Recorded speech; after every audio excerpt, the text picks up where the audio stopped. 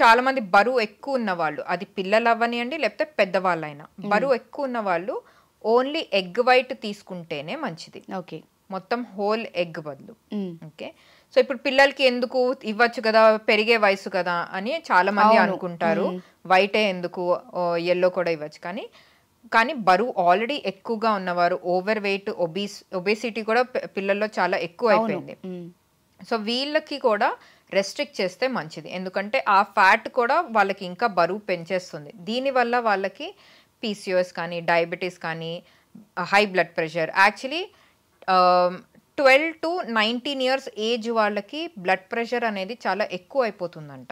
అవును, పిల్లలకి actually. So ఇది రీసెర్చ్ చెప్తుంది, చాలా రీసెంట్గా జరిగిన రీసెర్చ్. అండ్ డయాబెటీస్, ఒబేసిటీ అనేది ఎక్కువ అయిపోతుంది. సో వాళ్ళకు కూడా కొంచెం రెస్ట్రిక్ట్ చేయాలి. ఓకే. సో మీరు అడిగినట్టు ఓన్లీ ఎగ్స్ తినచ్చా అంటే నో.